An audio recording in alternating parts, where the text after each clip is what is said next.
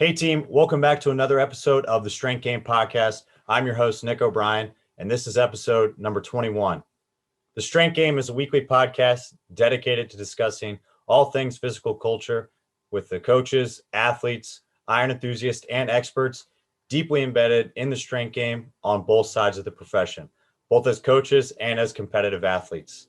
I want to thank all of you who have liked, shared, subscribed to the show, and commented.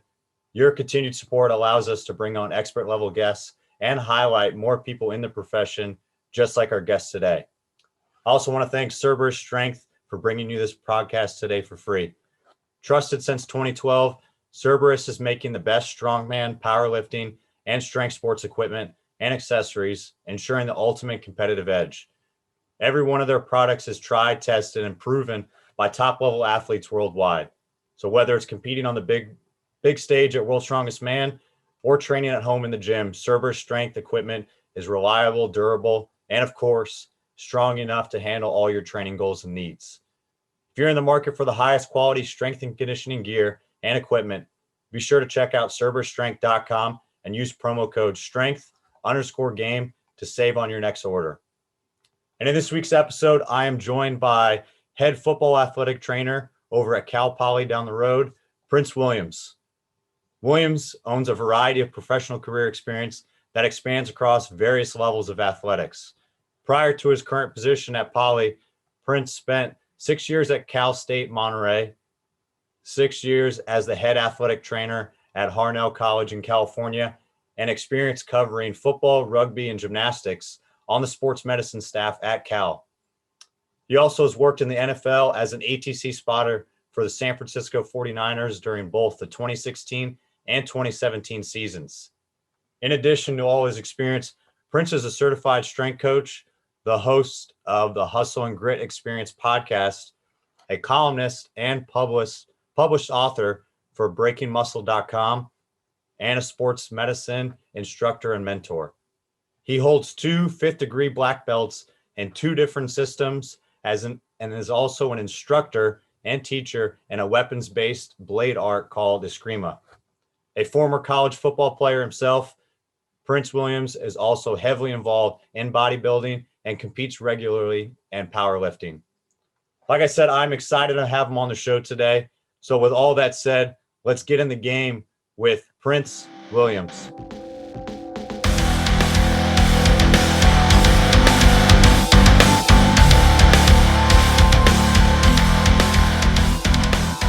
Hey, what's going on, everybody? I'm excited. I am joined by head athletic trainer over at Cal Poly, friend of mine, Prince Williams.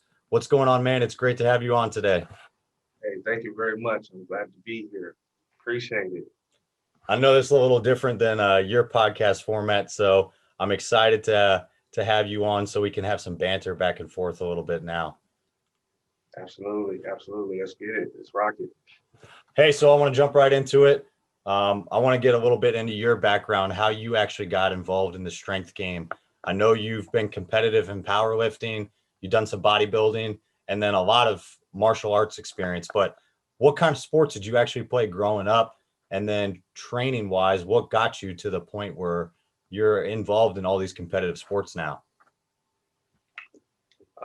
Man, it started when I was really young. Man, I grew up in a military family, so everything that was involved with that was always being active, and that being that raw masculine guy. So my primary sport when I was a kid, you do a little bit of everything, trying to figure out the niche and stuff. So I played basketball, football, baseball, all those sports. But my love was in football. And so about high school, everything I did was geared around participating in that sport. And so, when you're 13, 14, 15 years old, you dream of just getting big and balling out, and getting that Division I scholarship. So that's kind of where my head was at. And I grew up in the my high school years in the late 90s, early 2000s. I don't know if many people remember that time now, but that's back when in the Nebraska era, when Nebraska was killing folks like 70-3 every weekend. And so every every college program that was out there was basically, fashioning their program around that bigger, faster, stronger um, programming type set. And so, growing up in high school, watching that, that's what it was all about. It was about how big and how strong can I get. It wasn't necessarily about how fast you can be. It was about how big and strong you can get. So, and also, just being transparent in the '90s, just being, completely honest, um, guys that was in the gym, they was all about, performance enhancement. So that's kind of the era I grew up in. There wasn't no stigma to it. So as much as it is right now. So, we just kind of grew up realizing that's what it is. Makes sense? Yeah, I gotcha. No, it's a great kind of start. And yeah, I mean, military family, always moving around and kind of experiencing new stuff. I know I was the same way. So I mean, moving from state to state, some sports are just not popular. Or, I mean, you move to North Carolina, if you want to play ice hockey, you're probably driving 4 hours. Yeah. So Yeah. you have to switch and you have to kind of broaden your sport range a little bit more. And it makes for an interesting background for sure. How'd you initially get started in martial arts, or when did that kind of pique your interest along with the rest of the sports? Again, I was hit or miss when I was, all throughout my younger years, and just moving the way that we moved around when I was, family was in the military, never was able to really be super consistent.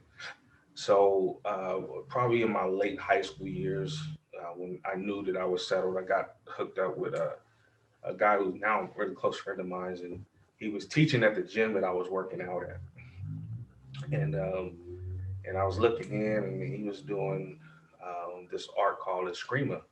Man, I was like, man, that looks pretty cool, man. And he's like, come on, you want to join? And so I was like, yeah, okay. Me and my buddy of mine, we kind of joined in and we were playing around and stuff. And he's like, man, if you really like this, you need to come meet our teacher, my teacher.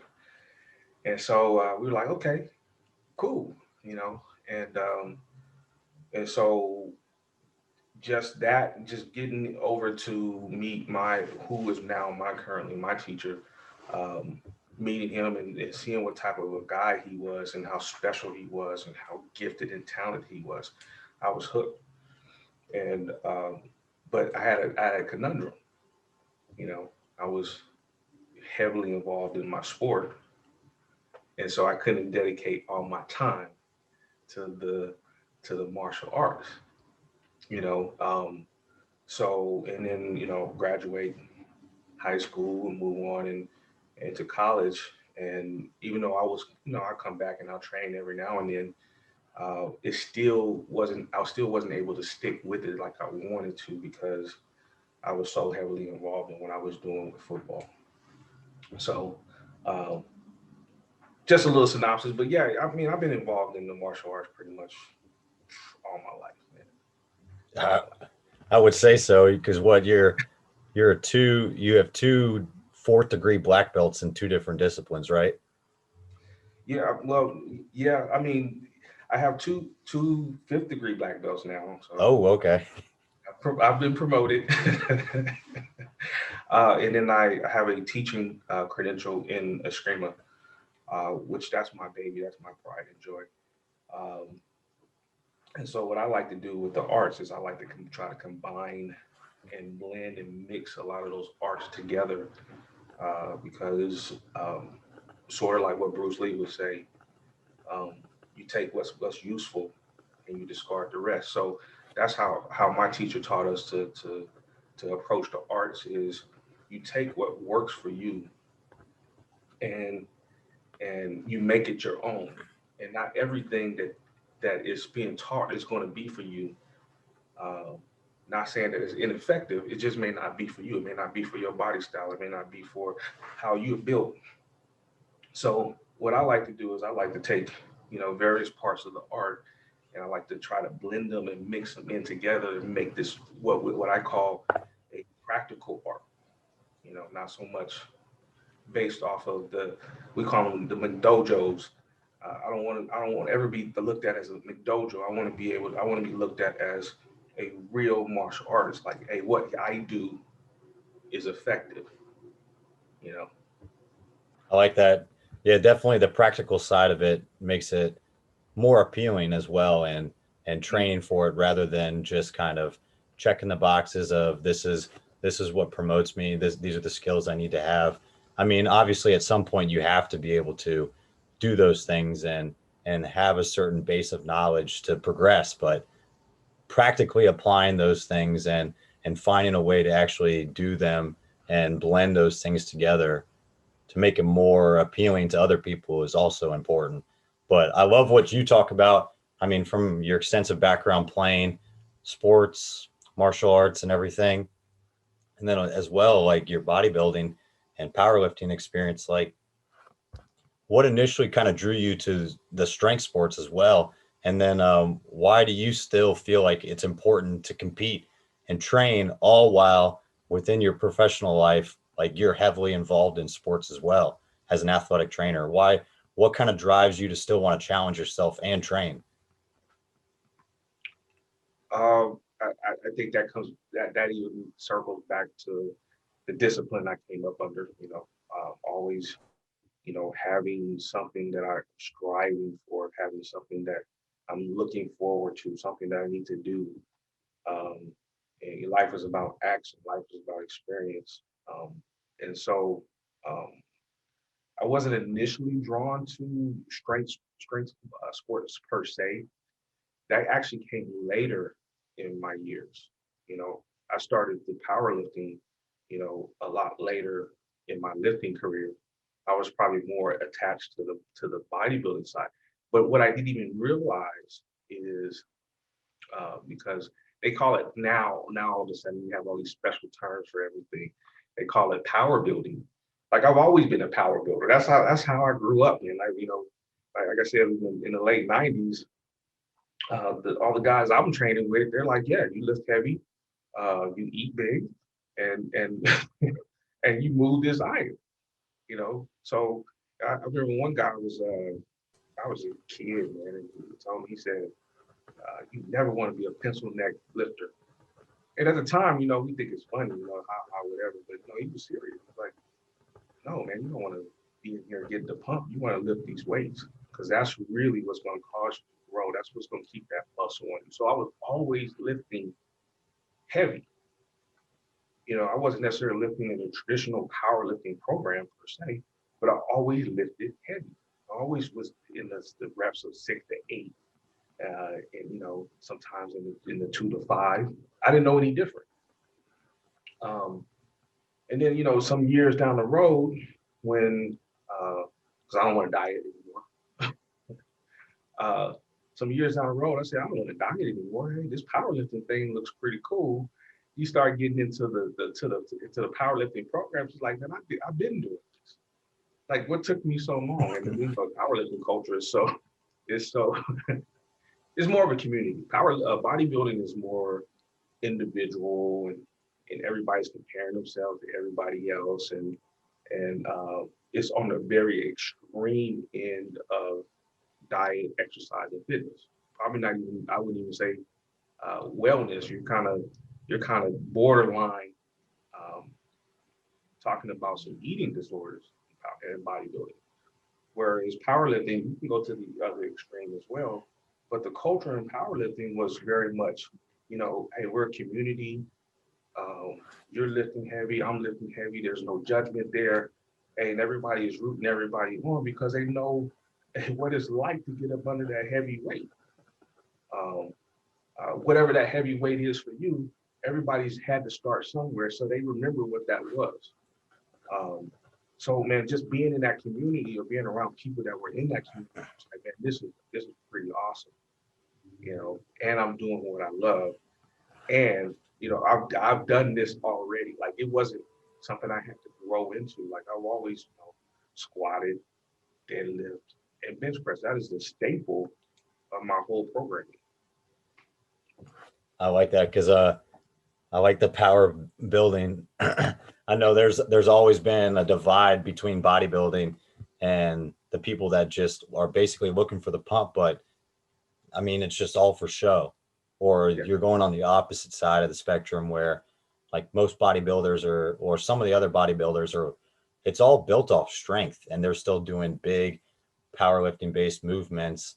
And then they're kind of facilitating the rest of the stuff with their ancillary work and then doing like the small single joint work.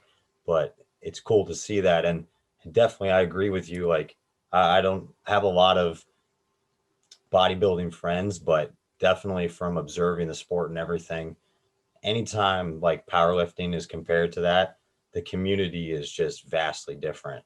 And it is a team aspect where, I mean, the weight is relative, but what you're going through with those people is very similar and you already have that common bond.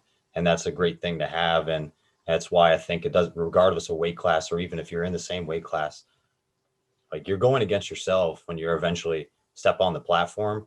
So you guys can train together and then come meet day, whoever's the best at that is the best. That's all it is. yeah, yeah. Hey, so I know we'll get into a little bit more of kind of how you got started into athletic training. But before we kind of did that, I wanted to kind of take all your barbell experience and all your own training experience and try to figure out how do you approach with all that extensive background as an athletic trainer, how do you use that sort of training influence to benefit your athletes? Like, does it inherently help you? And how so? Man, that is a very good question. And I get that a lot because there is such a divide between the sports medicine world or the athletic training world and the strength and conditioning world. And it really shouldn't be because, all these things, that, even all the stuff that we're talking about now, you know, that I've been involved in, it all fits and it all can contribute to making you a more balanced athlete. And that's what it's about, right? We've gotten so far into specializing and forgot that it's really about balance, and in my mind, we can speculate all we want to, but in my mind, I feel like some of these traumatic injuries that we're seeing on a regular basis, we didn't see 20 years ago. And so you have to start asking yourself, why is it so prevalent now? Yes, they're bigger, they're faster, they're stronger, but what is the missing link here? So when I start asking myself that, you know, uh, even in my own life, I didn't sustain one major injury until my senior year in college. And so when I look back into my own training and now helping others, mentoring others in the umbrella of kinesiology or exercise science, I start asking those questions like, what protected me from the major injuries? You know, you can't protect yourself from all the injuries, but what protected me from the major? And the one piece that I would say that was consistent was I trained consistently and I trained heavy, you know. So and I trained with barbells. And I had a number of different other modalities that I was involved in. I had balance from martial arts, and I had hand techniques from martial arts, or I had mobility just being that I've done various sports for. I had cardiovascular, not so much now, but I had cardiovascular fitness because back then football training was way different. We now I'm seeing it so much as okay, it's all about interval training and being so specific about the energy systems that you're using. Sometimes we forget that other energy systems are involved in making an athlete because no energy system is just nobody's running off of just one energy system. That's a fallacy. Um, the idea is right, you know, and moving in the right direction. But when you start moving in a direction, how far over the edge are we going to go to where we're so specialized that we can't pull back and say we need to incorporate all these other different things into this training module? And so just me, and I've always been outside the box thinker. So just me, just looking at the bigger picture and saying, okay, how can I be different? The answer that I got was I need to bridge both of the worlds together. And that's how I got to where I am right now between strength and conditioning and sports medicine, because I realized that there shouldn't be a divide. There needs to be a bridging together of the two. You know, we should be working together, trying to figure out how do we put the puzzle pieces together. You know what I'm saying? Oh yeah, that's a great point. And it was definitely what I wanted to talk to next, because I mean, as a strength coach, I'm looking for ways to bridge the gap between yours and our two professions, both sports medicine and sports performance. I mean, we both have the same goal in the end of the day, and it's the betterment of our athlete, the safety of our athletes, so that they can perform and be successful and be healthy, not just for us, their collegiate careers, but longevity, like long term down the line. So I'm always trying to find, and I know you as well, are trying to find the most effective, most efficient ways to kind of remain a united front, and basically just for the betterment of our student athletes. So what can athletic trainers and strength coaches, do you think, in your opinion, like do to bridge the gap and either have better communication between each other, or find ways to better stay unified and work either in the collegiate setting, the high school setting, anything? Like, how can these two kind of work hand in hand better? Well, as you know, and probably what you've experienced is we need to start speaking the same language. And somewhere, you know, in athletics is all about the ego. It's all about the expression of, you know, my own personal uh, goals and admirations, and how I want to prove to the world how good I am at what I do. And sometimes we forget that it ain't about us. It's about those kids. I call them kids, these young adults. And so sometimes we need to stop, slow down. And yes, it's good that you have a master's in science and exercise science or whatever. That's fine. All those titles are great. But at the end of the day, the job is not about what we can do necessarily. It's about how we can make them better. And when you start there, that's when you can take the scales off your eyes and you can say to the next person that's sitting across from you, whether they're a strength coach, and I don't know, you know, strength coaches don't seem to understand athletic trainers, athletic trainers don't seem to understand strength coaches. But when you take the scales off your eyes and say, we have the same goal, you know, there is some gray area, because once they leave the training room, you know, and what can they be doing to get better? That's where we can bridge the gap, you know. So, because so many times, and I know you've seen it, so many times they're done with the traditional therapy per se, and then, but they're not really ready to go back to sport, or they're not really ready to fully go back to full on strength and conditioning training. So, it's that gray area, and you're trying to. And the strength coach is like, well, can I do X, Y, and Z? And the trainers are like, no.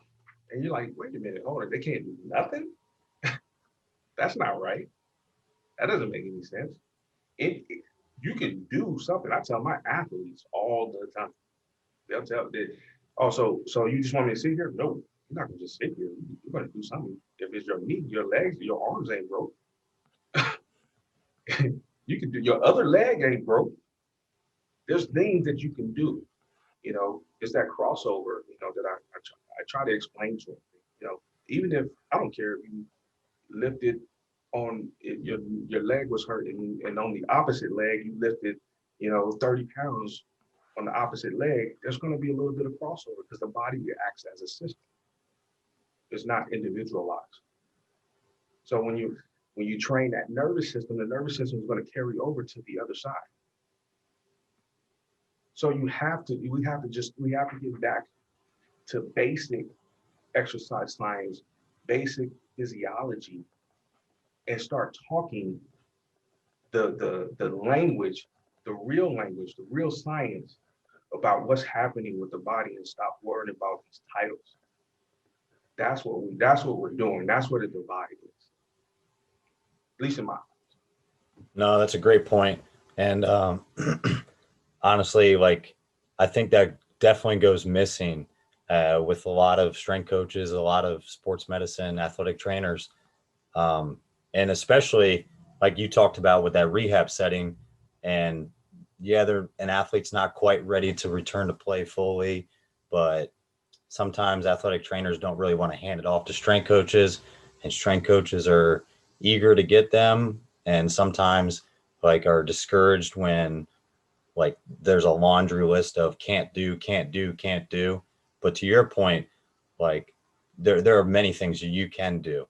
And that's by taking that approach and saying, all right, let's not even talk about what we can't do. That's pretty obvious. We know that your right foot's in a cast. We can't use your right foot. All right, but there's a laundry list of things that we can do. So why don't we just address those things? Because it'll pay off for your injured side later down the line.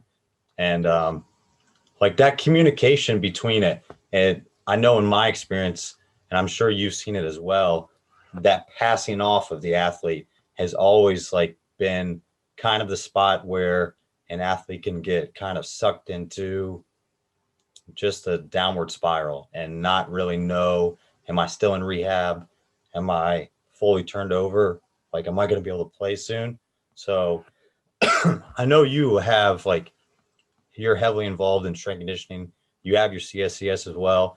And like credentials aside, we kind of know how they are. But for you, you have a better knowledge of strength conditioning along with your experience. Like, and kind of like with your conversations with your strength staff, what's required of them in the weight room. So I'm sure you feel a little bit more comfortable giving your athletes to them. How do strength coaches get a better understanding of what athletic trainers, like their job requirements and responsibilities are? Because we can't go through and get an ATC. Like we can't get certified as athletic trainers because of the new format, the degrees and certifications and all that. How do you suggest is a great way for strength coaches to kind of like either come shadow you or kind of come learn what your job entails? So maybe there's not a gap between athletes getting passed by, and we build some common ground and respect between the two professions. Also a good question, and this is the challenge, and it's always probably going to be a challenge, unfortunately. But how I do it with the strength coaches I've been a strength coach, so I speak the language of a strength coach. So that makes it a lot easier for me, um, getting my point across, or what, as you say, the list of cans and the cannots. Um, like I said, I rarely say no. And when I do say no, it makes my no more effective because my no is like, okay, they're not ready for that. Um, but what I think strength coaches can do to help kind of bridge that gap, and it needs to go both ways, is to sit down and have a conversation. Not so much, excuse my language here, pissing contest, because you know how that can go. Um, but sit down and have a conversation and say, this is what, um, where we're trying to go. And in this framework, what do you suggest that we can modify? This is speaking the language of athletic trainers now. What can we do to modify this exercise so they're able to participate in something and feel like they're doing what everybody else is doing, feel like they're part of the team and they're not isolated. Because when you start isolating athletes, like you said, that's when you start creating that downward spiral, and they get confused. They don't know which way to go. And so unfortunately, you got the ones that go left, you got the ones that go right. And the ones that get stuck in the middle, those are the ones you're like, come on, let's go. You got to push them a little bit. So you sitting down, talking to the athlete trainer, start talking that language and say, how can we modify this? And I promise you, when you start talking in that way, instead of saying, I want to do X, Y, Z, can they do this, this, or this? That naturally puts the sports medicine professional on guard. They're like, whoa, wait a minute, homie, they're not ready for that. But when you start talking about modification, then you can kind of start getting across to them, hey, I'm not trying to overstep any boundaries. I'm actually trying to work with you. And we're trying to get this athlete to do enough so they can gain the benefit, also getting structure within a framework. So when the time comes to where they are released to strength and conditioning, it's not such a what I call a start over process. But we know as strength professionals, the squat is very corrective. The squat itself is corrective. It's a highly technical movement. And so if you're teaching the squat right, there shouldn't be anybody getting hurt squatting right. Especially, like if you're post, I'll give you an example, post ACL, and they're not quite ready to squat deep, but you can squat somebody and still keep them safe and still have them get the benefit of the squat. Why can't they squat? Why can't they do a loaded squat? They're going to do much better loading earlier than loading late. And you're teaching them a pattern that they're not familiar with, and now you're asking them to do it, and then they're going to get other things come up, other injuries come up because of that. Because they're trying to play catch up because they see their friends doing it, and they're not quite ready for it. So let there be a lead in. There be a modification. Why not? That's a great point. Along with like the team aspect and them not kind of spiraling out because they see their teammates doing something, and a lot of what we deal with are team sports. We don't have a lot of individual sports. So like when you rip them away from that team aspect because they're in the rehab setting and they're not in the weight room, they're not on the field, they're on the sideline, like you take a lot of their identity away. And Yes. It's very different. And like I've been on the receiving end, like being injured and being stuck at home with my teammates, and how we even talk to each other at the end of the day, like after practice, is completely different. Because I'm angry and I'm judgmental and these guys are having the time of their lives. It's like I just sat on the sideline and watched you guys play, and I wasn't very far removed from being involved in the team, and you still feel alienated. And that's one thing that like I think that I know for me personally, that's why I want modifications. I want to get them out of the training room as quick as possible. Like, not to say that they shouldn't be doing rehab, but as soon as we're able to get them in to do something modified, get them back around the team as quick as possible. Like that, for just their mental, their sanity, like that's huge. But I love what you talked about, like that start over process. Like finding a way to talk to an athletic trainer and kind of meet in the middle and then change the verbiage of how you use it and saying modified rather than can I do this? Can I do this? Because if they can squat, it doesn't have to be what everybody else is doing, Right. but it's a process, and we can regress it, we can progress it, we can do whatever we want, but at least that gets them a step closer to their goal and closer to the whole team and setting. And that's a great point. And I think that's why your experience on both sides on the, like of the barbell, and then both sides of sports medicine professional and strength conditioning side professional, like that's why you have the ability to kind of play both sides and understand that which one is needed at that point in time. So how important is it to have a knowledge base and understanding in more fields than just yours? Like, what would you say to athletic trainers or strength coaches? Like, what would you say is important for them to kind of learn about to build this relationship up more? So I use an analogy, as people who work out in fitness, exercise, strength and conditioning, train sports, whatever the fancy is. Uh, uh, they have this term called cross training, right?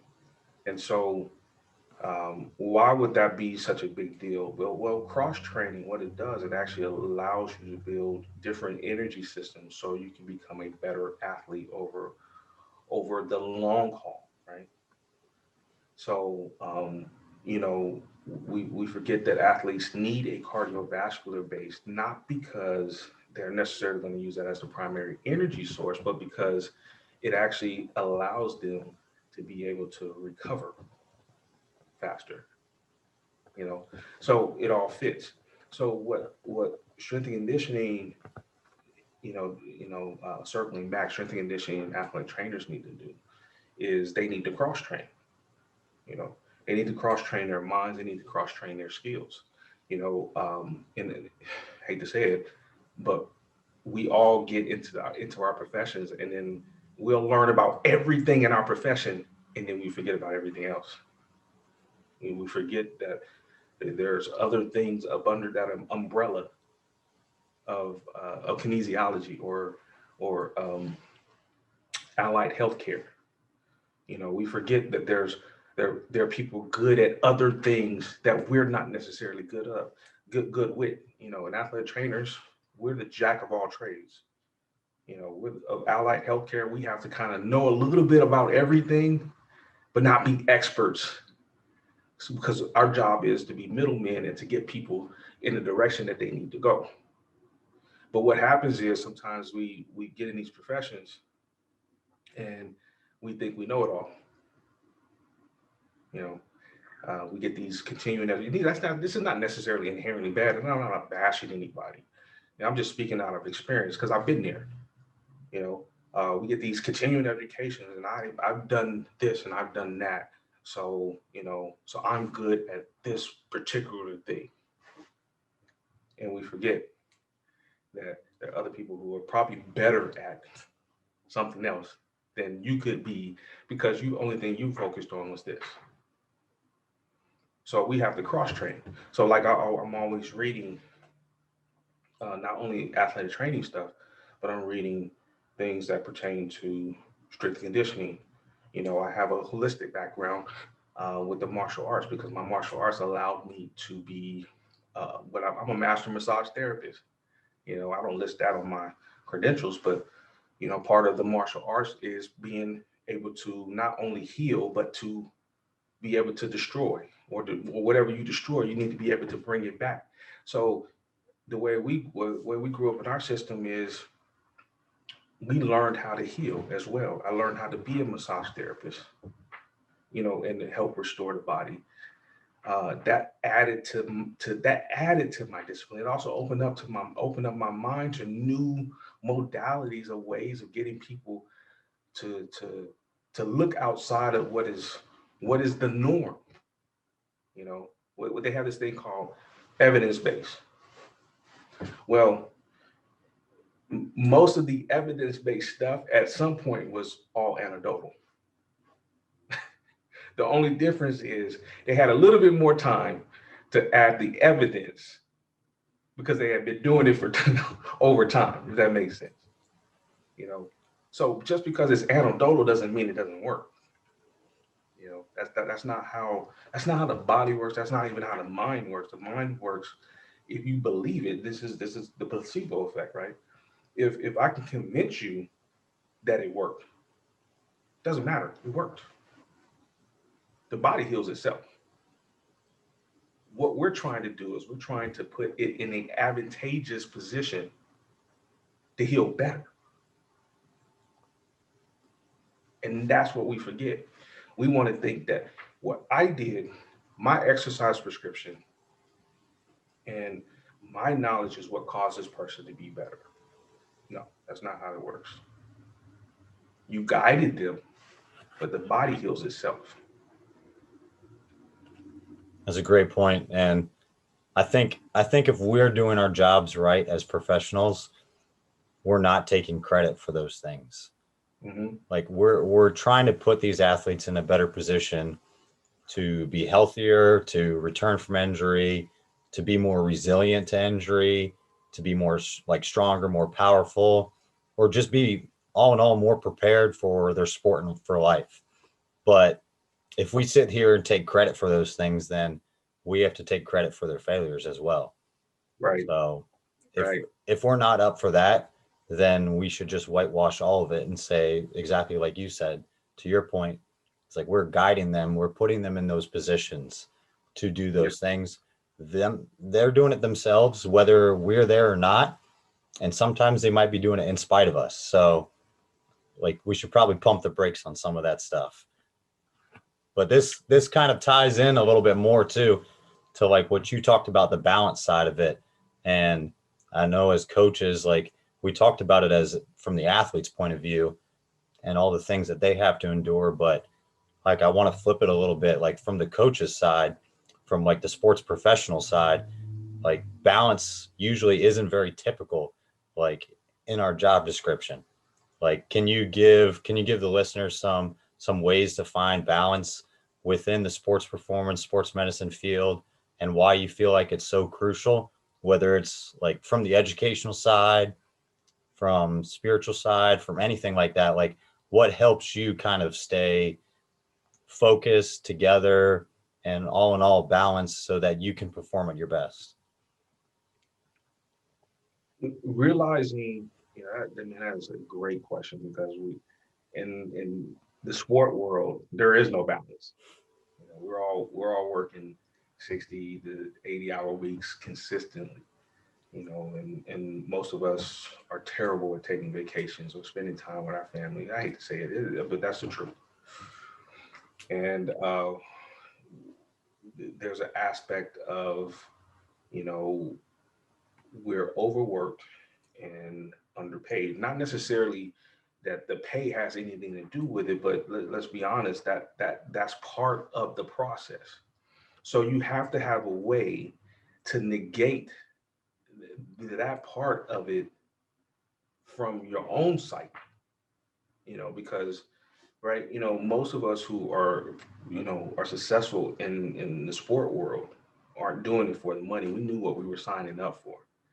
We did the internships, we did the grunt work, so we knew what this was going to be. You know, so you have to say, okay, well, I know what this is, but how can I find a way to figure out how to balance myself in this? You know, so when I have downtime, um, I'm spending time with my daughter, or I'm spending time with my family, or I'm mentoring, or I'm teaching class. I have so many things that fulfill me outside of work that when I go back to work, I'm, I'm recharged and I'm ready to give back. Because if it was just work, this is why in athletic training, the average athletic trainer lasts for 5 to 7 years. They've done studies on 20 years of study over this. The burnout is real. Most people don't last 5, 7 years is the max, you know. And then the ones that do last past the 7 years, what do you see? You see they're tired, they're grumpy, you know, they're bothered. Um, I'm pretty sure you see it in the strength and conditioning world as well.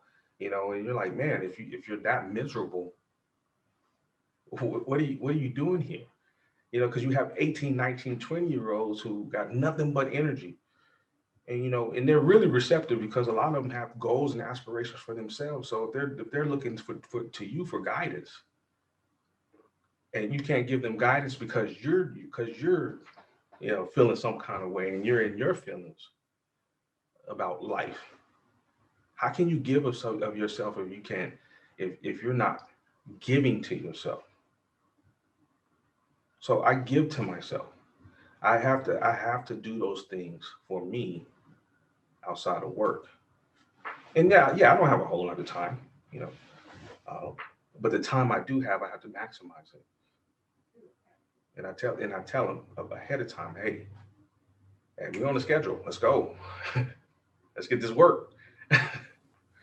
you know. Or if I'm mentoring, you might get a call from me at 10 o'clock at night. I don't mean to do it that way, but that's how I have to do it sometimes. And so, but the people that are in my life understand that about me. You know, so in wrapping that up, you just have to find ways to kind of fulfill yourself. You have to recharge. Whatever that recharge is, you have to recharge. No, that's great advice. I think everybody needs to have something, and it doesn't have to be related to like coaching or your profession necessarily, but it definitely does help to have something similar to it, but also something completely Yeah. contrary to it. Because like you said, that's only going to fuel the fire for you to want to return and honestly take your mind off it sometimes. And that's where probably some of your best ideas and like best thoughts come from. So kind of touching on some of the sports psychology stuff and like kind of going on theme with this with the self-improvement, like you have your own show, the Hustle and Grit Experience, and I know you go over some of these kind of topics like by yourself on your podcast. I was curious to like figure this out because once I started this project myself, I wanted to find a way to kind of bridge the gap between this, like maybe these topics, they're not necessarily centered towards my athletes, but I know there's a lot of themes that can come out of them. So I wondered with like you talking to your athletes, because you see them like at their highs and lows a lot of times. Um, how do you kind of have conversations with your players in the rehab setting or return to play? Like, how do you kind of spin these conversations to make the most out of that time to make sure that they're in the best mind space to be able to perform, do their rehab, or return from injury? I think it makes it easier for me um, to communicate with that population because I was I was part of that population at one point. Um, so, and most of my athletes know. They may not know exactly, but they know. It's just in passing. Okay, he gets it because he was once an athlete. So right there, that opens the door for conversation. You know, um, I primarily, I've done a lot of sports, but and my connection mostly in athlete training has been with the athletes. And so, but primarily now I do football. So being able to come to a football player and say, I played, I get it, I played the games. You know, there's not too much you're going to get over on me. So let's start from there, and let's talk real. Let's have a conversation about what you're feeling, about what's happening to you. And I'm never going to lead you astray. I'm gonna call bullshit. I'm gonna call bullshit. Um, and but if like and it goes back to my rule. I'm rarely going to tell you no. There's rarely going to be times I tell you no. So the times that I do tell you no, that makes my no more effective. So when I say no, absolutely not, I'm serious. You know, and so and I think and I try to convey that, and everybody's different. You gotta approach every athlete different. You can't have a cookie cutter method. But that's where your people skills come into play. That's where understanding, people. We're in the people business. We're in the student business. Remember, they're student athletes first. They're 18, 19, and 20-year olds. They're there for mentorship. They're there in the academic environment for learning. When you understand that is your open door policy to be able to reach them and to teach and guide them for whatever you're trying to get across. So that's how I approach it. Say, we're going to talk. We'll have a conversation.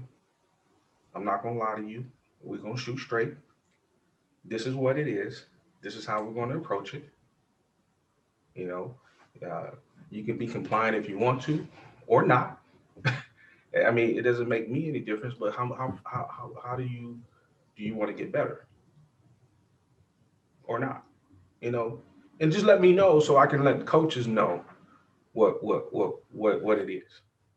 So we're all on the same page. And when you shoot straight with people like that, I will always believe that real people know real people. And that alone just gains people's respect because you're not bullshitting them. You're not selling them wolf tickets, so to speak. You know, you, this is what it is. And I'm gonna tell you when shit's fucked up. Excuse my language. I'm gonna let you know, hey, this ain't looking good. But I'm also gonna say, I'm on the other end is, okay, we've been nursing this hamstring a little bit too long. What's really going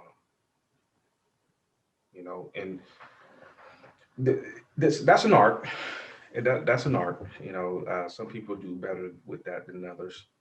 Um, Especially in the sports medicine realm, we we have a we have a prescription for everything. If that makes any sense, you know, this is how you treat an MCL. This is how you treat an ACL. This is it's 3 weeks for this for the healing of soft tissue injuries. But sometimes what we fail to remember is there's a human aspect to that, and not everybody is going to respond to the same treatment. Doesn't matter what the evidence says. That doesn't matter. There's a human element to this. So you have to take the human element in mind and say, okay, what's really going on? What are you feeling right now? What is your reluctance? What's holding you back? Why don't you feel like you can do this? And this is part of, even circling back, Nick, what our original topic is. This is part of the process, that gray area between athletic training and strength and conditioning. Because of that gray area, that's where you lose kids, because we're not on the same page, because we're not talking the same lingo. You have strength coaches talking about athletic trainers talking about strength coaches. They don't know what they're talking about, and they're too soft, you know.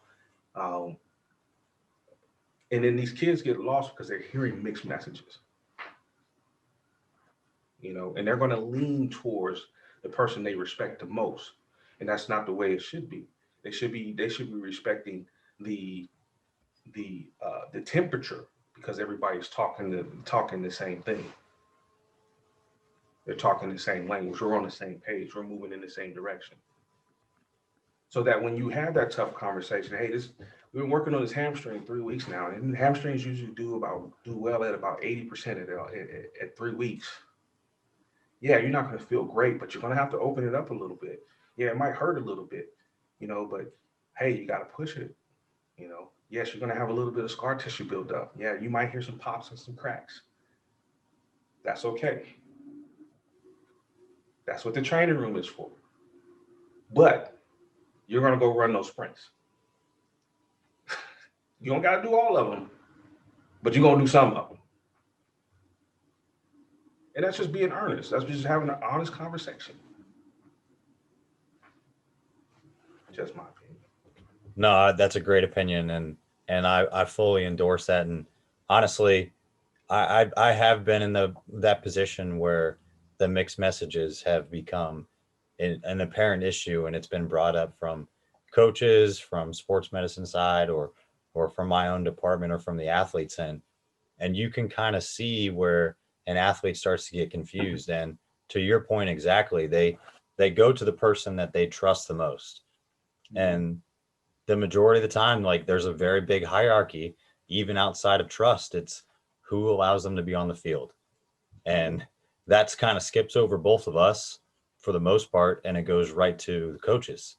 So if you tell the coach you're ready, like, and then coach gives them the nod, you're going in. So, like, be damned what either of us have to say or what our opinions are. So being on the same page, not only with our both departments, but with the coaching staff, and then unified front with the athletes, like, that's where you start seeing uber successful programs where there's no gray area between anything. There's a seamless transition between an injury occurred, it's documented, rehab begins, coaching staff is notified, strength coach is working what can be addressed, rehab is taking place, that stuff is being updated, like, everybody's on the same page moving forward, and then back to return to play. Like, that's an ideal world how it should work. But kind of talking about the human element, like, there's an art to both sides of our profession. How, like, in my opinion, like, I kind of have an idea. I think that along with strength conditioning, some of the best athletic trainers are the ones that train. It's just, it, for whatever reason, it, like you said, it gives you some buy-in with your football guys, like, knowing that, hey, like, I've strapped it up, I put the chin strap on, like, nothing you do is going to surprise me. I've been there, I've done it. And that already has immediate feedback with them. Like, what I know, my athletic trainers that I've been able to not only just sit there and kind of shoot the shit with because we're training, but they understand that what they're doing themselves, they can now kind of have more of a say in their rehab protocol with the athletes. And the athletes don't feel like, hey, I'm just a prescription pad. Like, I got this ankle injury, which means I get this prescription. I should be back in this number of weeks, rather than like, hey, I've done my ankle too. Like, as an athletic trainer, this helps me. This will be aggressive on this side, but you got to give me feedback. Like, in your opinion, how do you kind of like work that art side of that? How does that build to be fine tuned and improved upon, or is it just simply time? Is time and experience. I've been doing this 17 years now, so everything that I'm talking about, I'm speaking out of experience. So, but I haven't always been where I'm at right now, and I had to kind of grow into that. Um, but how you work that into your profession is you have to take a couple steps back, and you start thinking about the human element, and start thinking about how can I connect, how can I be more effective as an athletic trainer or as a strength coach. Um, you know, what are the things, one, at that age that I like to do, and what is important to them at that age. you know. So as professionals, we want to be very task oriented. We're going to do 5 sets, whatever it is, 5 sets of 5 of squats. We're going to do RDLs, and we might do some box jumps, and we might do one finisher. But we're not taking into account that that's great for the numbers, or they get an ankle sprain. We're going to do X, Y, and Z, and we're going to do some balance. We're going to do some stabilization, and then we're going to do the all of the feel good stuff. That's great, but that's you're missing an element there. What is important to them right now? And uh, part of that is 18, 19, 20.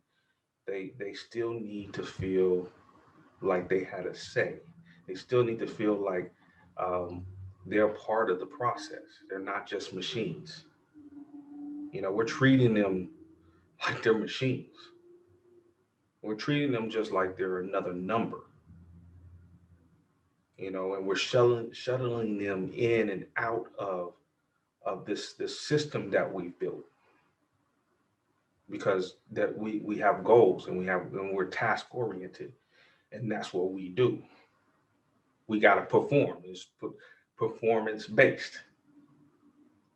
But wouldn't it be a lot easier in getting compliance if you said, hey, you know what? That's great. We're still gonna do these exercise prescriptions I'm giving you, but I'm also going to add a few um, finishing movements, so like some bicep curls and some shoulder presses, because I realize that you want to look good in your uniform. People don't even realize that's it's stupid, right? We're talking about this, but people don't even realize that's important to them. Because we're not realizing, because we haven't taken a step back. We haven't said to ourselves, like, how did I feel when I was a football player, and I'm putting the uniform on, right? And I didn't, I had to have the Nike socks and the Nike shoes, and I had to be fitted, and I had to look. Back then the jerseys weren't quite as streamlined when I was playing. So if we wanted a streamlined jersey, we had to put shoestrings in the cuffs of the jersey sleeves to tighten them up, so your muscles could show. That's how old I am. We had the neck roll, so we look more beastly on the field. But now, everything is all streamlined, everything is all slick looking, and they want to look good. And if you look good and you feel good, you're probably going to play good. And that's where we have to take a step. We have to take those steps back. And that's where we have to start incorporating into the whole process, right? Because that's where we lose them. Yeah, yeah, yeah. I just got another person telling me what I'm going to do, what I should be doing. And most of the time they're tuning you out. You know, I really need them to do these 5 sets of 5 squats, and I really want to coach them on their technique. But how many times you're trying to coach them on their technique, they're not there. They're going to do what they want to do. Why? Because we haven't built up enough trust to show them, say, hey, if you tighten up here, you brace here, you know, you drop the weight a little bit, your technique's going to get better. In a short time, you're going to get stronger because you're moving more efficiently. We're just not taking the time. Yeah, granted, we can honestly sit here and say we don't have the time, because we're going back to, we're treating them like machines, in and out. Let's go. But if we're not doing the profession any justice, you know, this is about, at the end of it, we want to make sure not only did they get a great mentorship and that great education, but they attain all of their goals. They're able to move on if the opportunity presents itself. But if it doesn't, that their quality of life is still there. That they don't hate the stuff that we love to do because that's part of who we are. They'll want to work out the rest of their lives, and they're going to remember that time in their life where uh, Coach Nick, he showed me how to squat. I know how to squat now. You know what I'm saying? No, that's a great point. And quality of life, longevity. I mean, I want all my athletes to be able to take from it. I know some of the sports I coach, I mean, it's just not feasible. Some of them are just there is no professional life. I mean, it's just not in the cards. I mean, some of them there is, but again, the likelihood that you're going to be making a substantial living and wages off of it is still a long stretch. And you don't know how long that's guaranteed. We talked about the life expectancy. Well, not life expectancy, but just job expectancy, like within athletic training, like professional sports is far less than that. So being able to graduate, send athletes on with a quality training experience and background, hopefully injury free and a good quality of life going forward, and then some confidence from training. That's huge because that hits the target majority of athletes that graduate. Like they should feel good, like being able to do something physically exerting and play with their kids when they're older, go on hikes, like play rec sports or play professionally. It doesn't matter. But those qualities and characteristics that they build in the short amount of time you have them, if it's just 4 years or if it's less, like that's important. And that's honestly what should be one of our major goals. But like you said, task oriented, this is performance based. A lot of the coaches who are we work for are on contracts that are wins and loss based. So that pressure trickles down to support staff and other members, which puts more pressure on athletes and everybody else to perform and punch them out quick. So it's it's a daunting task for sure, but if we step back and we understand what the long-term goal is and the ramifications of what we do, we should realize that that's the most important thing by far. Hey, hey, so we briefly glanced over it, but I wanted to get into it since we really were talking about your background and your 17 years experience in athletic training. So what was your kind of first introduction into athletic training? Why'd you kind of choose that profession? And what's led you to your current position as the head athletic trainer at Cal Poly for football? So in high school, we had this, at least back then, we had this period called X period. And it was basically uh, a career oriented class. It's the class that the seniors get to take uh, that kind of allowed them to touch on, various different professions. And so back then, athletic training wasn't very well known. I didn't even know what an athletic trainer was. Now you have athletic trainers everywhere. There was a big push about 10, 15 years ago to have, athletic trainers more visible in the allied healthcare professions, um, but not so much when I was coming up. So I didn't even know what an athletic trainer was. So um, during this X period, I was exposed to physical therapy. And so I'm like, oh, this is pretty cool. And back then, you hear physical, oh, well, they did physical therapy. So you automatically connect uh, athletes with the physical therapist. And so um, I was like, well, I think I want to be a physical therapist. Well, I get into college, I'm playing ball, and I come across the athletic trainer. I'm like, what do you do?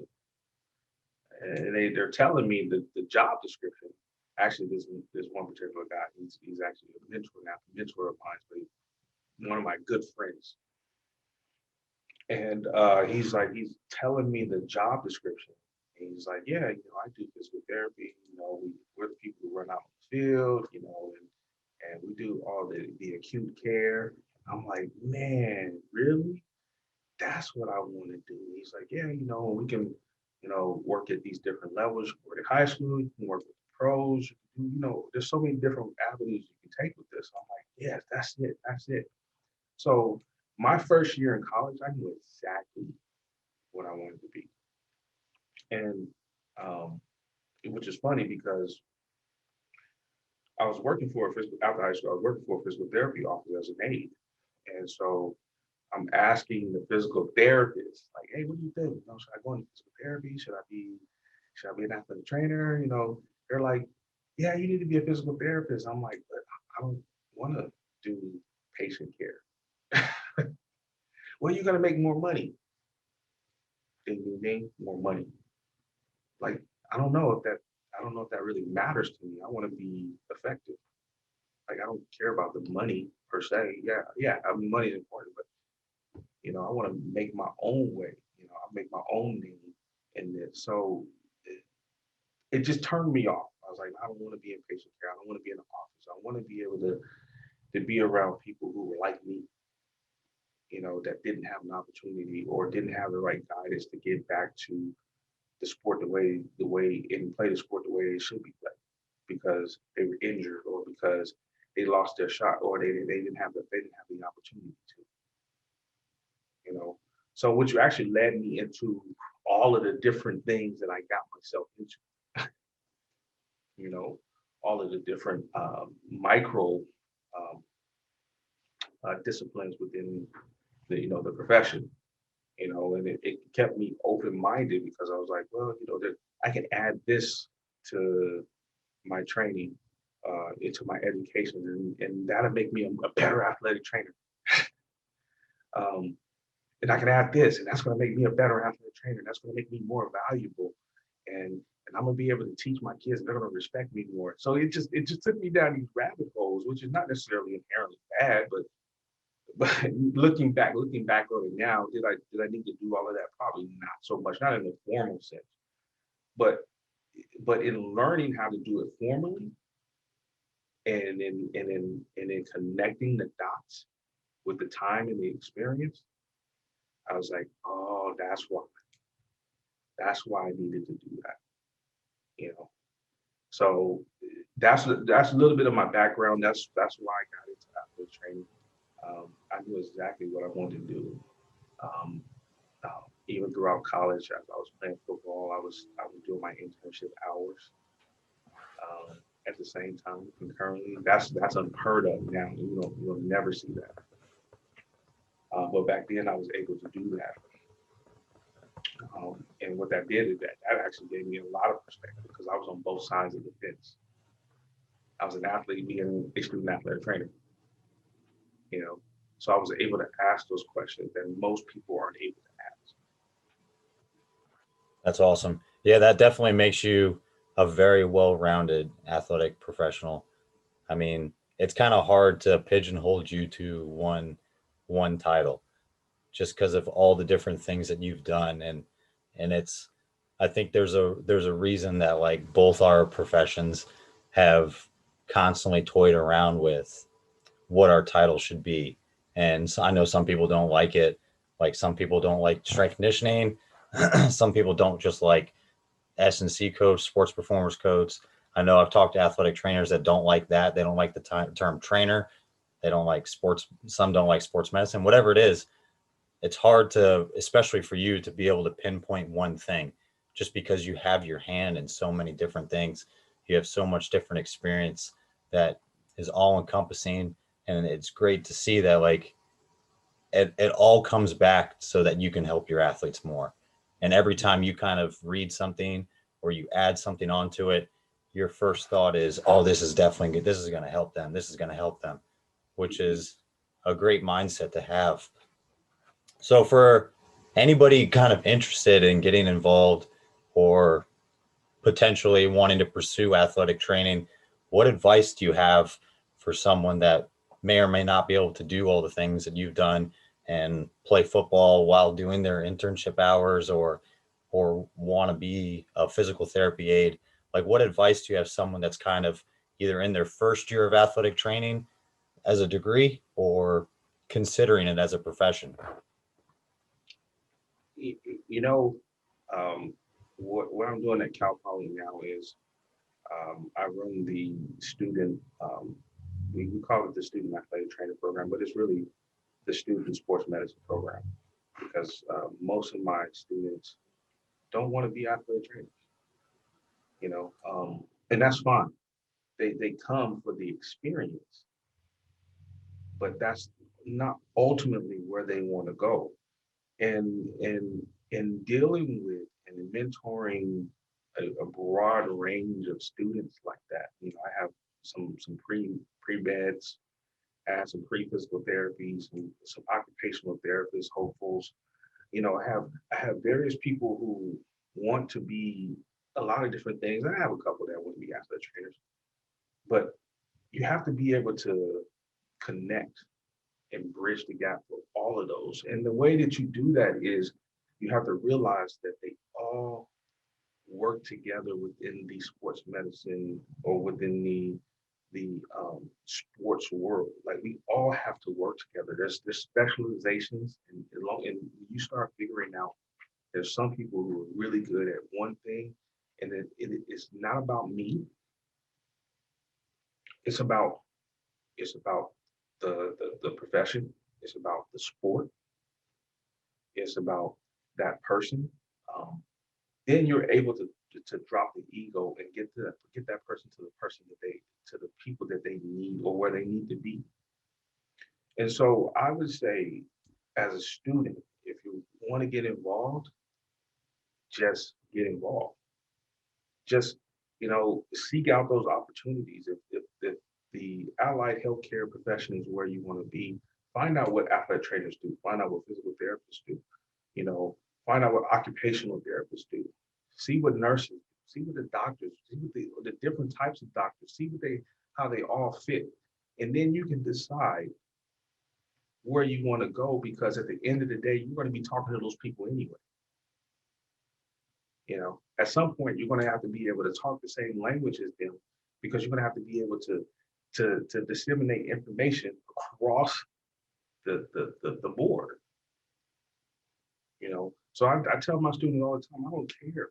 Just get involved. Just do something. I want you to have the best experience. And if you have the best experience, the more fun that you have, the better letter I can write.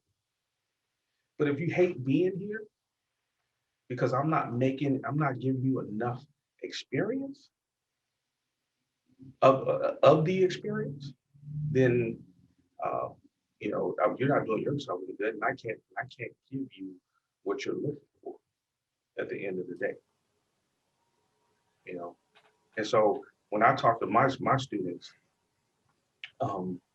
not necessarily everything that I tell them is something that I believe, but I challenge them. If they come with a preconceived notion of something, I destroy their preconceived notion, because I want to destroy their what they've been taught, but I want them to think for themselves. Because Nick, there's the book stuff. Sounds good, it's great, but there is also the practical side of things. And if you can't think for yourselves, you'll never be able to get past the book. And that's where people get stuck. So I challenge them. I say, hey, look, that's great. That sounds good. But tell me how that's going to work for you. Well, yeah, but tell me how that's going to work for you. Or if it's something that they're really excited about, they want to do it, and then I'll put them in a position so they can do it. Okay, show me, do it. Because that gets their mind thinking. Okay, but how are you going to modify that for this person? Oh, you don't know. See, that's where the mentoring comes in. That's what they had. So but if they're not seeking that information out, or they're not seeking the right people to help them, guide them to where they want to be, that's where they're going to get stuck. And they're going to have these preconceived notions. And we're going to be talking about this 20 years from now. That's a great way to approach it. And I think that's the best way to kind of figure out if you want to be involved in the profession, is you really have to be basically just completely surrounded by it and enveloped by it. And what better way to do it than to be involved and shadow someone, and then critically think about those things. Like go read the book on your own time, go do all that stuff on your own. That's fine. You can do that once you find out you really want to do it. And that was that's one of the things that when we do our internship program here within our sports performance is, at the end of the day, there's only two questions we really want to be able to have the interns answer when they're done. It's one, can I do this job? And two, do I want to do this job? And if it's yes to both, then it was worth the experience. And if it's no to one of them or no to both of them, it's still worth the experience because you found out you didn't want to. Right. But at least you know. And that's the most important thing, because otherwise you might end up like some of the statistics for athletic training where in 7 years you're out. And then you'll never know what you could have been if you pursued something that you were truly passionate about, like for yourself, where you've been now involved for 17 years.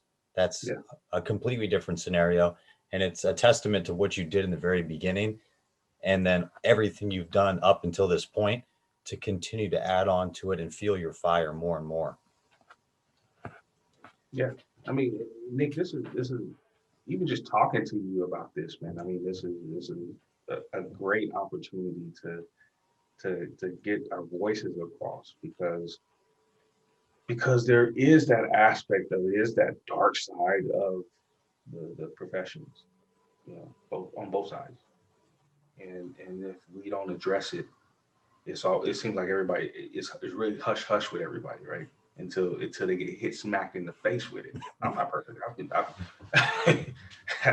I've been hit smack in the face with it, because we're human and we get tired, and we start to doubt, our effectiveness, or we start to doubt our relevancy. Am I becoming archaic? I got a few more gray in my hair right now, So whereas I used to feel like I connected very well. Now I'm starting to see, well, there's a little bit of a disconnect. Why is there a disconnect? So it's that darkness that we have to address and say, okay, well, if I'm feeling that way, then what do I need to change?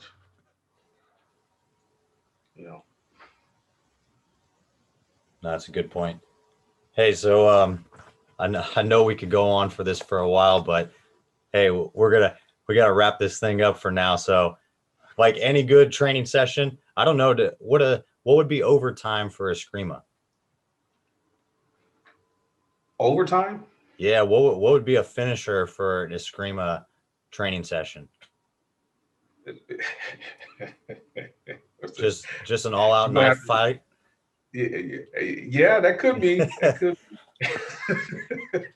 All right, well, we're not going to do that, but no, definitely not. Eskrima is a very eclectic art, and what I mean by that is, it's a Filipino martial art, which was developed in the Malaysian islands. So Filipino islands in Malaysia, and so out of those you get the Salat, you get Kung Tao, you get Eskrima, you get even a Muslim flair on things, because one, the Malaysian islands are so close to the trade islands.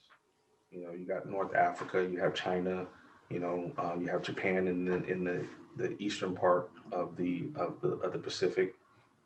So a lot of those places came and they had such an influence on the Filipino islands. And what happened was all of those places wanted to conquer the Filipino islands. And so how the Filipinos were able to, the Filipinos are a small people, but are a vicious people because they were formed out of fighting, you know. So we call that a knife culture. So everybody knows the story of Magellan. They call him. We say Magellan, but his actual name is Magellan because he was Portuguese. When he invaded the Filipino islands, they had the guns and the muskets, but what they didn't understand was that the knife is a perfect neutralizer because the time it takes for you to load up a gun and to shoot it, I can be on you within 1.2 seconds. So what the Filipinos understood is, you know, even if you got off a bullet and you shot me, I'm going to fall forward and I'm going to stab you. So that's actually how the 45 bullet actually was developed, or why it was developed, because um, the Americans realized that those bullets that they were using weren't stopping these guys.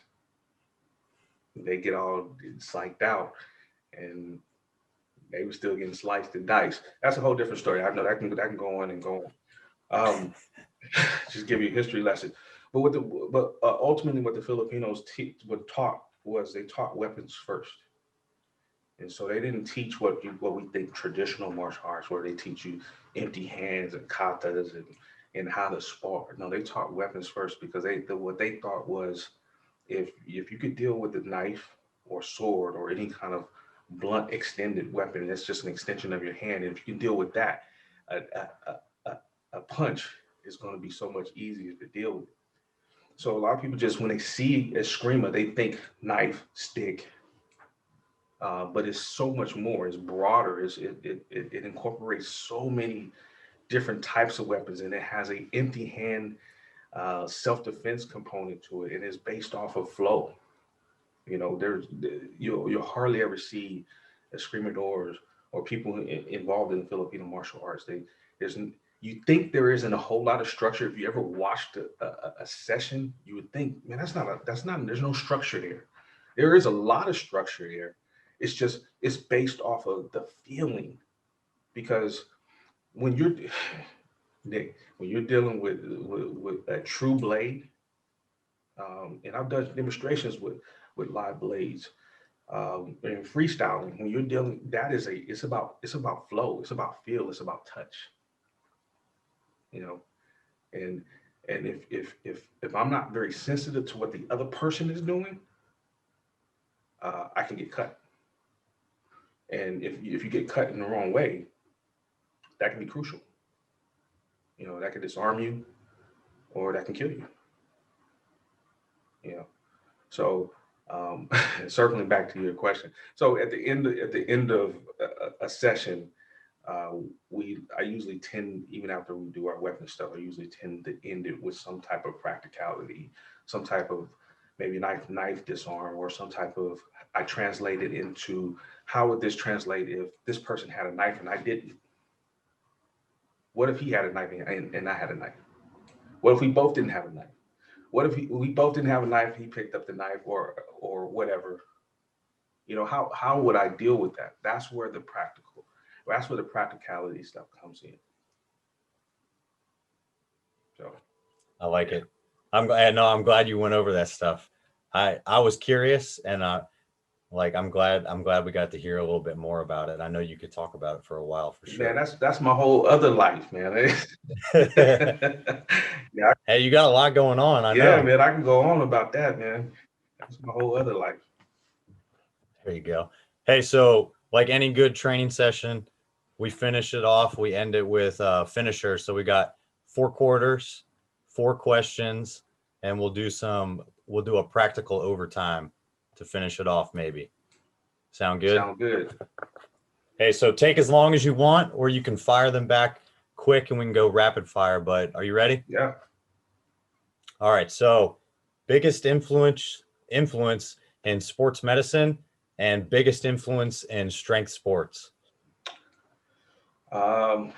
In sports medicine, it would be Ronnie Barnes. I don't know if you've heard of him, but he is one of the first Black athletic trainers um, um, to be in the NFL, and not only to be in the NFL, to be highly respected in the NFL as an athletic trainer. Now I think he's like a chief medical officer. He's still very visible because he works with the Giants organization. He's still very visible, um, but he is highly respected, and I mean I think that's huge in the strength and conditioning world. I would say tradition. I don't stick to the traditional guys in like the school setting per se, but I like uh, dealing with the West Side guys, or I can't think of his name right now. Old school guy. I just like hearing him say, strength is never weakness. Uh, Eddie Cohn, those guys, open up your tank. The guys that just, they didn't even have a whole lot of science per se. They just had experience. Like if I wedge myself into this bar and I grip really really tight and I take a deep breath, that's going to make me stronger. Now this is all scientific and stuff, but it's intradermal pressure and whatever else, but yeah, so I'm not very traditional on the strength and conditioning side, but yeah, I listen to a number of guys, Mark Bell, um, some of those guys who have done it. Yeah, those guys have actually done it, which is Yeah, those are the ones that usually have the most practical knowledge. And like honestly, at the end of the day, like they're showing by doing it, and yeah, yeah. that's big. Hey, so we talked a little bit about some of the things you kind of do outside to kind of recharge your tank, but are there any other things? I know you got a laundry list probably of them, of things that any other hobbies you do when you're not coaching or training. Yeah, believe it or not, man. Along with my martial arts, man, I'm a teacher. Um, I'm a mentor. I'm a father. You know, um, I like to spend time with my family, my girl.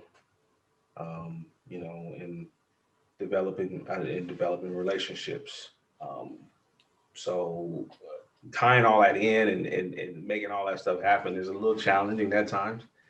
Um, but I try to do it as best as I can. I try to make it all fit, especially with the martial arts stuff. The martial arts stuff opens up so many more doors to me because I can reach so many more people.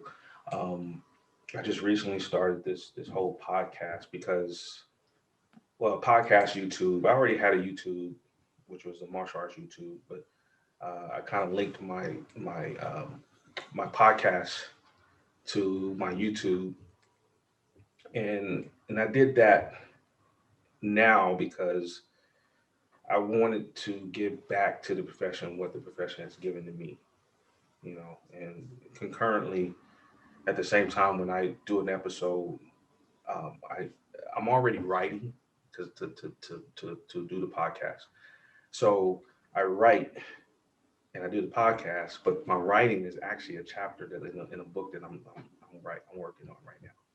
So I'm more than halfway done. So all these distractions, all this COVID stuff, man, but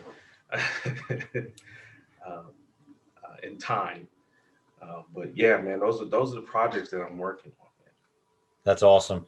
Yeah, I've looked forward to hearing some of your episodes, and I had a feeling you were writing some of the stuff down, but that's cool that you're putting it all together.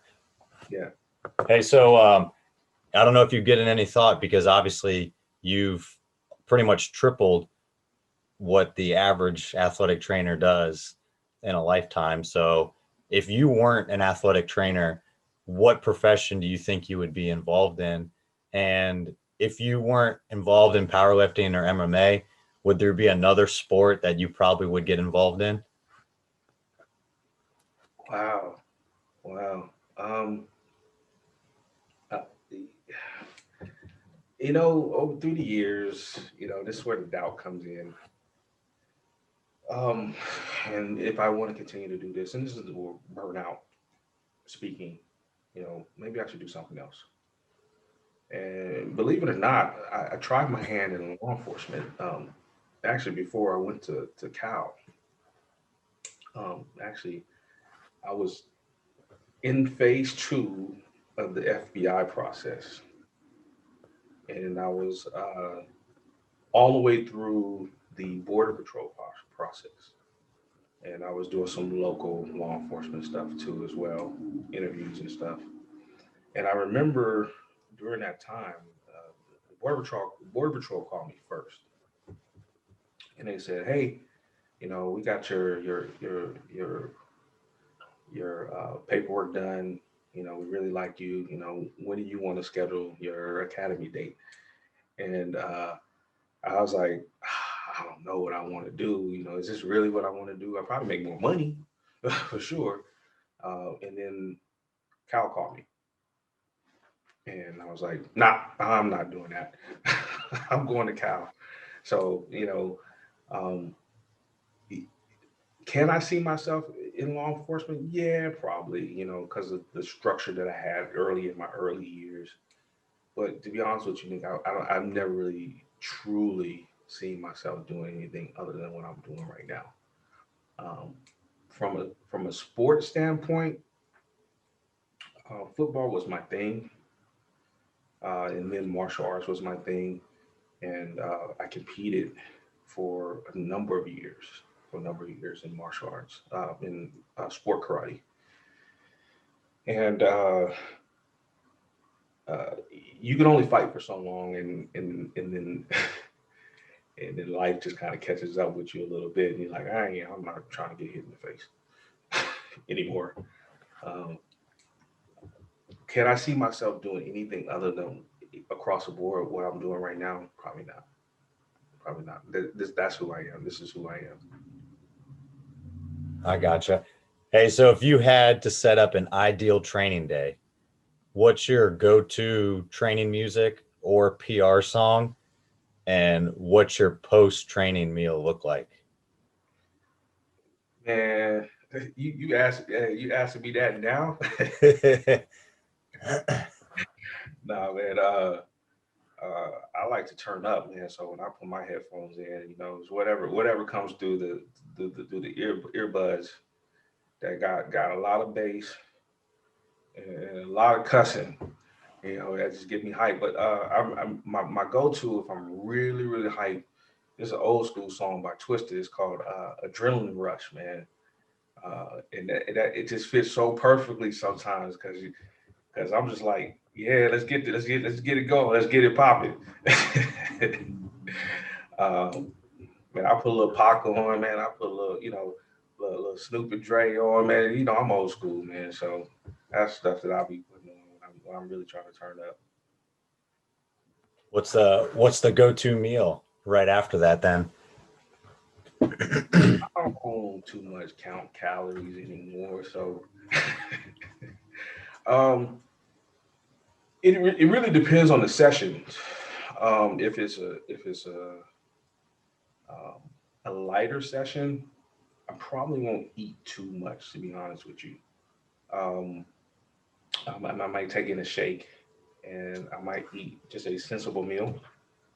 And sensible, I mean, I might, have some chicken, and I might have some rice or something like that. Nothing too crazy. I don't really eat, the things I eat are pretty much the same. I don't really kind of go outside the box. But at the end of that, I'm having some ice cream. You know, I'm having some cookies. Uh, I save my calories for the good stuff. There you go. uh, but if I'm having like a really heavy session, and I've even just tried, just more recently, I moved into more full body training. Um, so after those days, I'm pretty wiped, and so I'll tend to go with like the heavier, fattier meats. Like I'm really big on ribeye, so I'll eat like a ribeye steak. And that tends to make me feel better the next day versus kind of staying closer to the leaner stuff. And even when I eat those heavier meats like that, that kind of curbs my appetite for the sweet stuff. So it kind of serves two purposes because you eat those fatty meats like that and you get full and you're like, I don't really, do I really want that? I really want to eat that ice cream. Like, yeah, I want to eat it, but I probably shouldn't. It's just over the top. But yeah, usually the heavier days, I'm eating like steaks, stuff like that. I like it. Steak meals. All right, last one I got for you. Favorite under the bar or coaching memory?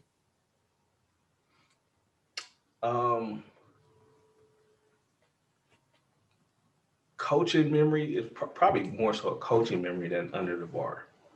Um, like I said, the bar stuff, I've been doing that for so long. Like I would really have to sit here and think about, really go through and say, okay, it was that. Uh, but coaching experience, man, is the I've done seen a lot of people, and I've seen a lot of people attain their goals, and to be able to be on the side of programming and to watch people from a programming side get stronger and just kill their PRs. Like one of the guys I worked with, he worked out with me for 2 years. Actually, wound up being a really good friend of mine, man. Went from not being able to squat 225 to within a year's time squatting over 500. To see that happen and develop, man, that's huge. That's big. I've watched young ladies that I've coached, man, just you know deadlift 315 with no problem. You know, um, I don't want to say it was all me, but it was the fact that I was able to be a part of that process. That's awesome. Hey, well, it was great to get a chance to actually like set this up and talk. How can people follow you more? Obviously, we talked about your podcast and everything, and obviously a lot of the stuff is on YouTube and Spotify, but where can people follow you and then get a hold of the show and even see some of your martial arts videos? So my martial arts channel is Impact Aquarius.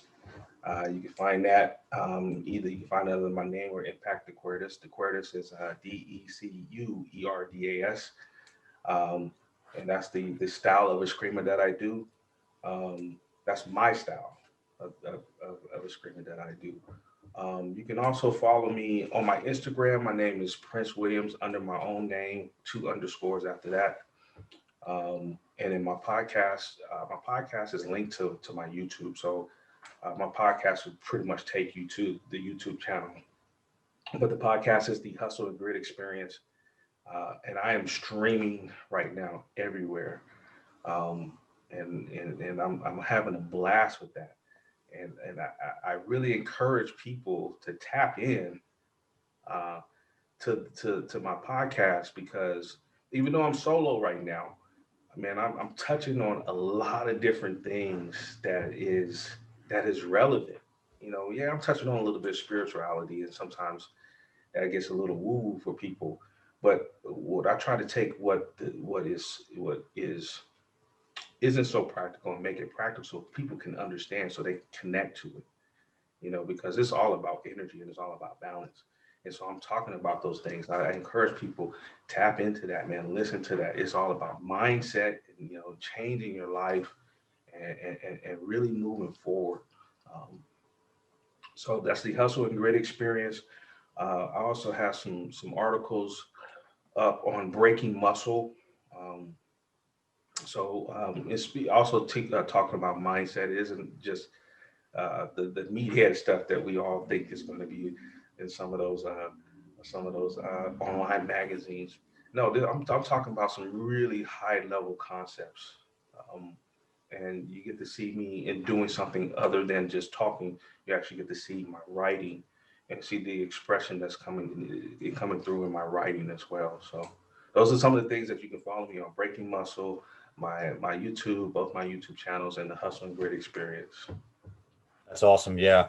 I can attest to both of those, and it's great to hear it and it's great to read it as well and see stuff through the podcast. And again, Prince, I can't thank you enough for coming on today, man, and sharing everything.